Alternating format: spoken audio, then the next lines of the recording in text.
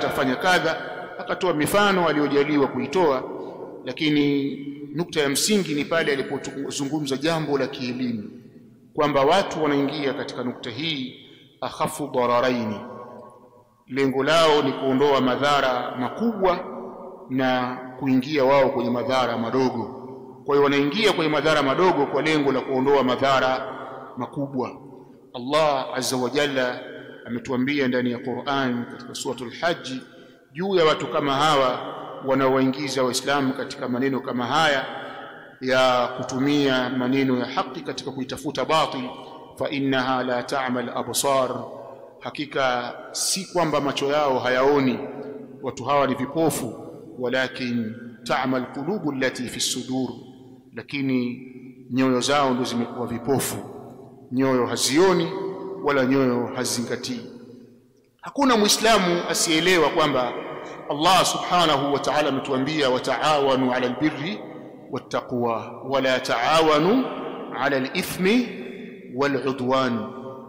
Hakuna muislamu hajaisikia hii aya kwenye masikio yake, na ni amri kutoka kwa Mola wetu subhana, msisaidiane, saidianeni katika wema na msaidianeni katika nini?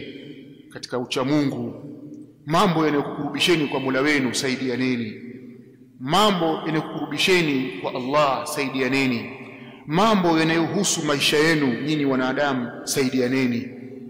Wala taawanu 'ala al-ithmi wal-'udwan, wala msisaidiane juu ya madhambi, msisaidiane kwenye nini?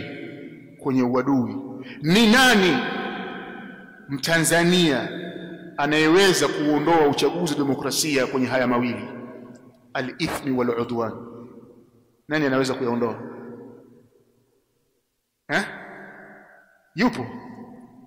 Yani nani anaweza kuondoa al-ithmu, madhambi yanayopatikana katika haya, hii mijumuiko na hizi kampeni?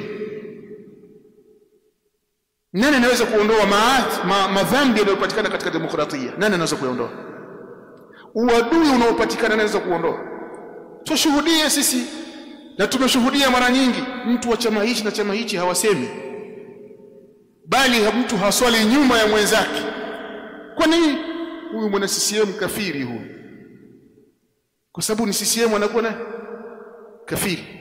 Lakini wewe wa chama kingine ambaye unataka kuchukua nafasi ya mwana CCM unakuwa nani? Wewe ndio Muislamu, wewe ndio una haki ya kuswalisha, huyu hana haki. Wakafikia watu hawaoleani, wakafikia watu hawazikani, na haya mambo yapo.